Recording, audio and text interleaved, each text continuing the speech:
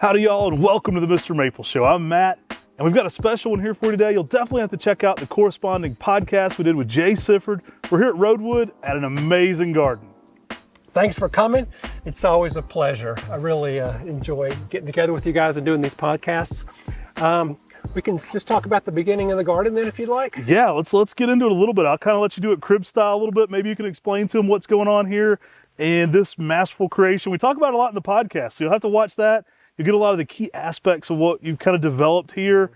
I love what you got going on. It's so interesting, and yeah, you'll just have to see it to believe it. Okay, well, let's talk about this then. This is the entryway to the garden, the beginning of the driveway where it meets the road, and what better place to start to tell the story of the garden than the beginning of the garden. So this is where we are. I have all these cool, weird trees like this purple fountain weeping beech, this blue cascade Cedrus atlantica. So when you pull up, even if you don't know who I am or where you're going, you'll know that whoever lives here hopefully is a cool person, right? I mean, because they like really bizarre trees that raise arthritis to an art form. So that's kind of where we are. So I talked a little bit in the podcast about my Victoria's Secret effect. It's getting real sexy over here. Y'all gotta come see what's going on. Hey, our garden should be sexy, right? It's amazing. I think you guys will be shocked and awed by this place. There's so many different aspects. Tell them a little bit before we get into the full flash and reveal of this place. Yeah. A few of the magazines you've been featured in here. Been in Southern Living and in Fine Gardening, and then actually last month I was in a German lifestyle magazine that I cannot pronounce, and then next month I'll be in a Belgium magazine. So yeah, the garden, my little COVID relief garden has really put me on the map internationally now. You'll see why people are so shocked and awed with this place. It's pretty amazing. I love the Victoria's Secret analogy. So we're going to talk about Victoria right now. So again, I think a garden should be revealed in layers, kind of like lingerie, right? And so this is the beginning of the layering effect, and this large stand of native Rhododendron maximum really helped capitalize on this effect that I just came up with the other day, but it sounded good to me, so let's talk about it. So once you're round the corner, you don't really know what you're going to see, which is the entire point of this. And thank you for the rhododendron, because he's doing what he needs to do. So you walk around the corner, and all of a sudden you see the garden in all of its glory. And so again, the Victoria's Secret effect is layering and not showing the whole thing at any one time.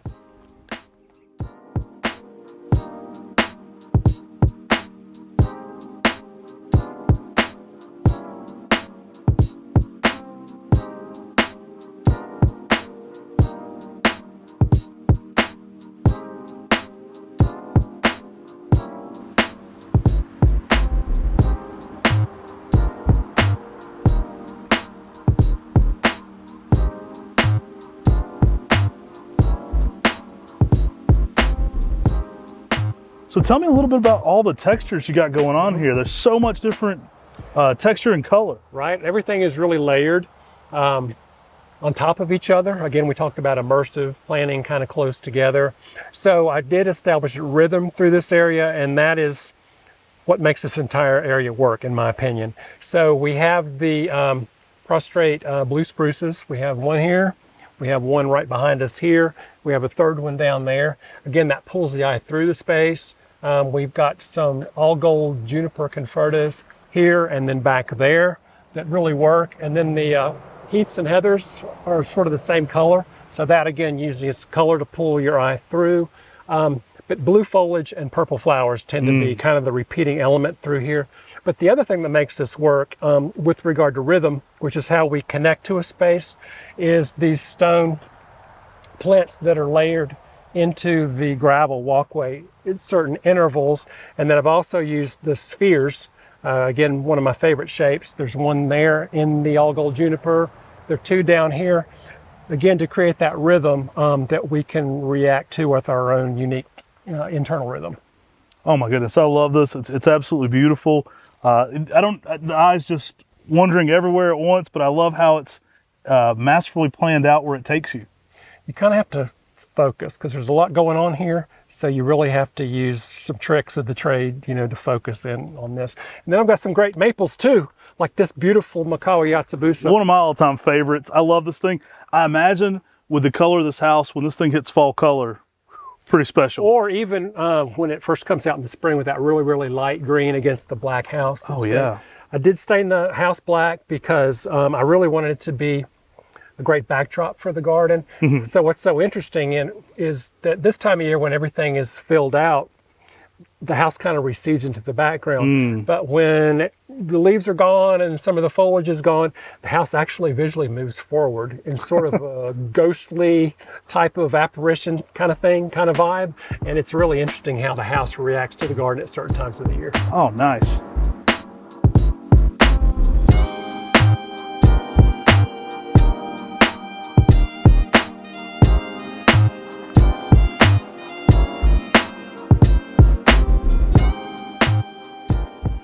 So I really wanted to make this garden feel like you were kind of hugged and immersed in the experience of a garden. And so how I laid this out was really, really important. You're able to see a little bit now when the flowers are out. In another month or so, you'll be able to see it a little bit more. But I have two groups of Pennisetum grasses, one like a big semicircle that goes this way, and then a smaller semicircle that starts here and goes around. And then of course the seating area is round. So all of these circles and semicircles really work together to make you feel like you're hugged in the garden. And I love you don't want to be hugged by a garden, right? It's the psychologist garden I talked about in our podcast. You mentioned a little bit about the irises. You don't even plant them for the bloom. No, but they more look the pretty, feel. pretty good now. But look at this one that's about finished right behind you. See how spiky it is? Again, it's a happy shape, right? Touchdown. And everybody likes to be happy. Right. I've never designed a miserable garden for people who want to be miserable. For some reason, they always want to be happy. I love it. I love it. I love the aspects of art and psychology you put into this. It's so well developed. And I love how well it all just kind of flows together. Well, it's in its 5th year, so it's flowing a little bit too freely at the moment. I'll have to edit a little bit later on, but I'm really happy with how the plants have responded. You know, it's so easy to garden here, much easier than it is in Charlotte. Most of these conifers have never been watered by me one time, even when I planted them, because when I planted them, we didn't have water to the house yet. So they've never been watered by me in 5 years. Decent amount of rainfall here? We tend to have about 55 inches, I think, per year, Wow. which is pretty optimal, I think. But again, we have the stylized meadow in the middle with the conifers kind of around the edge, creating sort of a forest edge feeling. And then the combinations of some of the perennials with the trees, I think, are really, really important. I don't know if you can see this one back here, but that blue spruce in the middle of that blue dune lime grass with those 4 or 5, I guess 4, really dark foliaged 9-bark shrubs. To me, that is the best combination because it's almost a monochromatic thing, and then you have that dramatic dark foliage.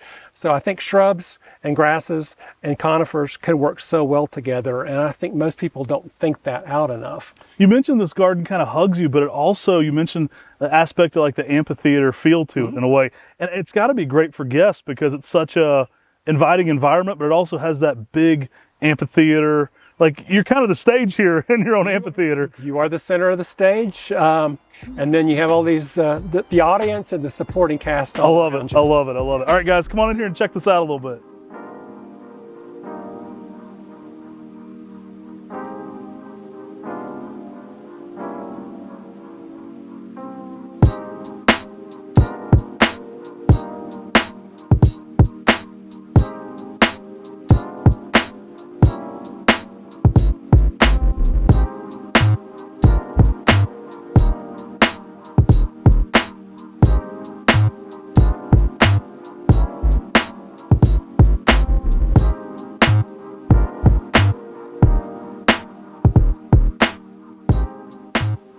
So you mentioned a little bit in the podcast, but how much does like the house kind of inform you about what kind of garden to create, and how did that inspire, you know, the house design to what you're doing here in the garden? So this is a dog trot style house, which basically is 2 separate structures with a breezeway in the middle with a common roof over the whole thing. And it's a style that came over from Scandinavia about 300 years ago. And they did build a lot of them up in this part of the country way back. I'm the first person that built one recently, which is why I had trouble getting a bank loan because nobody understood it. But it really frames the garden in a beautiful way. And as I said, it's stained black. to be a great backdrop to the garden. The other thing about it being black is that it speaks to how a lot of barns, especially tobacco barns, were painted black back in the day because it absorbed heat and it would cure the tobacco faster. So not only the house style, but also the color of the house speaks to the history of this area, this part of the country. Let's look a little closer at this design and this breezeway you have. I love this element of it. Okay, we'll do it.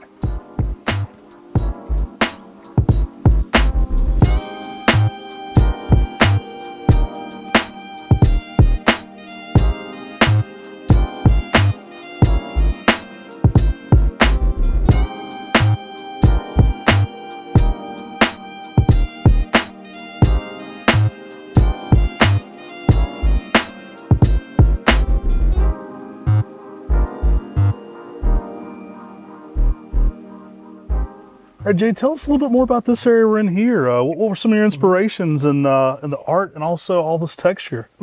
Sure. Well, we were in the dog trot and the breezeway, and so I really wanted to create a vignette here that was on axis with that, because that, to me, is a primary design principle. You want to go inside a house, you want to look out the doors, you want to look out the windows, and really place your plants accordingly. You might have to shift a plant 6 inches this way, but it can make or break the vignette. So that's really important. But I used to post pictures of this on Facebook, and people would actually think that we're standing in a mural, right? Right. Or a painting on the wall. I could believe because that. it looked kind of surreal from the photographs that I took. But this is an island that I built. It's on axis with the dog trot. Shifted just a little bit, but when you're looking out from the dog trot to this area, this side is more heavily weighted. So what it does then, it pushes your eye this way and kind of makes you wonder like what's happening around the corner. So it kind of brings you out into the garden a little bit more. Glass art obviously there's spears, which is a shape I've repeated in the garden. You can see my orange foxtail lilies out there blooming right now. Again, they're pulling that shape back in. And then the other thing I wanted to do here, because I don't know about you where you are in the mountains, but where I am, it's very cold and long and dark in the winter. So I needed to have a lot of winter interest. And this basically is my winter garden right here. The grasses go tan, which you still get some kinetic movement from the breeze and the texture, of course. But all of these heaths and heathers through here, the blue spruce, and this, of course, the spears are here year round. The obsidian heuchera gives you that dark drama. And so this area really comes to be extremely important in the winter when everything else is deciduous. Oh, I love it. There's so many different colors and textures. I can imagine you've got so much different structure going on with all these conifers, especially even, how much snow do you get here? Do you get a lot of snow? Not too much. Yeah? Not the last few years we haven't. I think the first year we had about 8 or 9 inches, but just some smaller ones since then. But I want to point out this beautiful Skylands Oriental spruce. This is probably my favorite conifer. It's really hard to say that. Nobody else get offended, okay? That's saying a lot. But I bought 2 of those, and I bought the biggest ones I could get. But look at the color on that thing. I mean, oh man, it's almost like you took spray paint and just spray painted the tree. I know people do it to their lawns and it looks really bad, but I don't know if you can spray paint trees or not, but that thing is incredible, and it has pink and purple cones on it a little bit later on, and it is just a phenomenal thing. It stays kind of tight. Maybe you get to, we'll talk about tree heights again, maybe 25 feet, but not real wide. I love the play off the house too. It's very dramatic against the house. And even around the corner, I have some gray owl junipers, which is such a common plant. But that blue-gray against the black house really, really looks phenomenal, I think. Oh, absolutely stunning.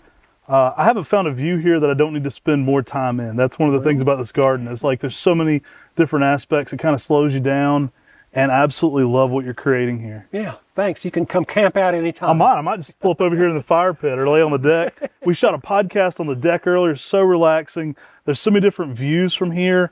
There's a whole back garden with bogs. I don't know if we'll even get into that today, but there's so many different aspects to this place. That's just outstanding. So Jay, how's Essex Sunset doing for you here? It does pretty well here, better here than in Charlotte. The great thing about that plant is that if you plant it on a slope, and you look at it downward facing up, it's got that burgundy part of the leaf. Looking at it, from the top down, it's got that beautiful speckled variegation. So it's almost like you have two trees in one. Yeah, you get the underside on that elevation. I love that. So please plant it. If you get one, please plant it on the slope. You will thank me for that. It's a beautiful tree. You've got so much going on through this area. I love how you kind of layered the maples in here on this walkway up. Is this a big eye candy? That is the big eye candy, yes. In the spring, it's unbelievable. It's faded out some now, but it still has some really nice variegation if you look closely. And then in the fall, it's like a bright kind of scarlet red / orange. It's really, really, really pretty. And it does really well there. That area does get some afternoon sun, but again, up here with my high temperature in July averaging 80 degrees, it's not an issue with afternoon sun. I love how you've weaved so many different plants in this walkway coming up through here. It really adds a lot of texture and layer. Now, I think these steps are pretty architectural and cinematic in themselves. I kind of love when you have a guided path through a garden. These steps kind of give you a specific path to be on. Right. They were not the easiest thing to install, the switchback steps, because in Charlotte, we never had done them before. Brought two of my guys up, and we actually got to the bottom, and we had to reverse the entire course because we hit a boulder we couldn't move through. Oh my gosh. We're great, and I really have let the plants naturalize down there so that they come over onto the steps a little bit. That just gives you that aged feeling like it's been there for a very, very long time. And then when you walk on up, we have some other Japanese maples and some conifers that are really nice. Is this a tattoo over here? That is Tattoo. He's one of my favorites, like a little baby Makawa, but every time I look at him, I think of Fantasy Island, right? From the 80s. So, I've been trolling people with that one for years. I get a lot of comments on our YouTube channel. I'm a little young for Fantasy Island, but I just say the wrong TV show every single time. I'm giving away the goat here. Every single time I talk about it, I'm like, oh, he's great in Gilligan's Island or Love Boat. I just say a different thing from before my era. And people go crazy in the comment section below that it's Fantasy Island. And I have Google, I've known the whole time. But I get all these great comments on our videos by saying Tattoo's on the wrong show. That's great. I have a couple more over there. Peaches and Cream is probably my very favorite Japanese maple. It's an older one, of course. But that reticulated foliage makes me so happy. Oh, that's a good choice for a good reticulated. That pink you can get on that one. You really get so many different stages to that one. Right. It's so underrated. It's great, and then next to that is the Hanamatoi. He gets afternoon sun, so he's not colored up with the bright pink so much as you would normally expect, but I still like him. And come on up, the Coles prostrate hemlock down there is really cool. It's like a cousin-it kind of plant. Right. And I've used those, I think I have about 5 or 6 of those along the steps. I use those for rhythm, again, coming up and going down the steps. Adds that flowing aspect of the walkway here.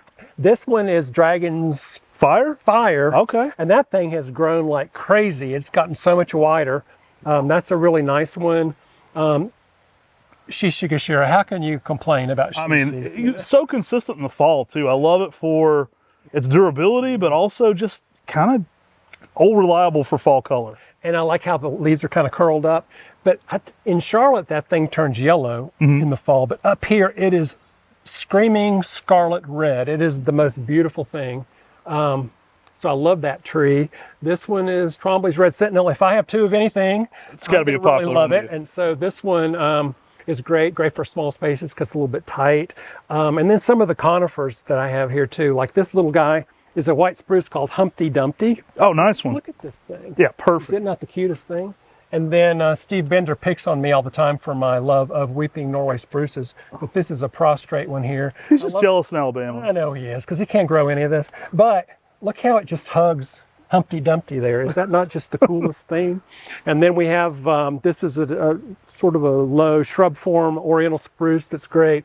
That Orangeola I bought at half price because it was cut in half. Uh-oh. But I kind of like the shape of it. So Yeah, it's kind of just let it weep down the bank, kind of accentuating the details some of these other weepers are providing. Right, and so I think it's important when you place a tree, kind of know what you're going to have in mind, and you can usually find a tree that's got that shape to it that really lends itself to that. And then the European beeches I love. This one's Red Obelisk. Look at that thing against the black house. Oh, it's great. This one is Mercedes that is growing much faster than the label said it was going to grow. That's a big Mercedes, honestly. That's a pretty good specimen. It just keeps on going. It likes it here. So this is sort of my little mini arboretum, and I'm eventually going to have to start pruning more and more, but that's okay, because again, wine and some shears, I'm happy. Nice. Now you mentioned, You not love that, right? oh, that's incredible. Now you mentioned Skylands being your favorite conifer. Do you have a favorite conifer specific to this garden? Oh gosh, this. So this is a Whooping Norris spruce called Cobra. It is so awesome because eventually this skirt is gonna just take over this Right. whole area. But what I like to do, it makes a great like mink stole. So see, it's a great photo op. You can come right through here and play with your trees. Jay, man, I appreciate you bringing us out here today. This garden is incredible. If people are looking for you to book you for garden shows or do speaking engagements or to try to get you to come and inspire them in their garden, how can they find you? They can go to siffordgardendesign.com and there's some speaking information. There's some examples of my work, including hundreds probably of photos of this garden from the very first time I saw the property up until today. And then there's just a lot of information on there. And they can follow me on Instagram too at Sifford Garden Design. Definitely do that. He posts some incredible content, some incredible shots here and of other of your garden creations all over North Carolina that are just outstanding.